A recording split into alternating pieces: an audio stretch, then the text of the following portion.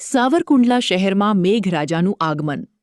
ચોમાસાના પહેલા વરસાદની સાવરકુંડલામાં એન્ટ્રી. 30 મિનિટના વરસાદથી ખેડૂતોમાં ખુશી. પહેલા 30 મિનિટ સુધી સતત વરસાદ પડતા શહેરના મુખ્ય રોડ પર પાણી ભરાયા. ખાસ કરીને નાવલી બજારમાં નવા બનેલા રોડમાં વરસાદનું ભારે પાણી ભરાયું. પાલિકાની પ્રી મોન્સૂનની કામગીરીની પોલ ખુલી હતી.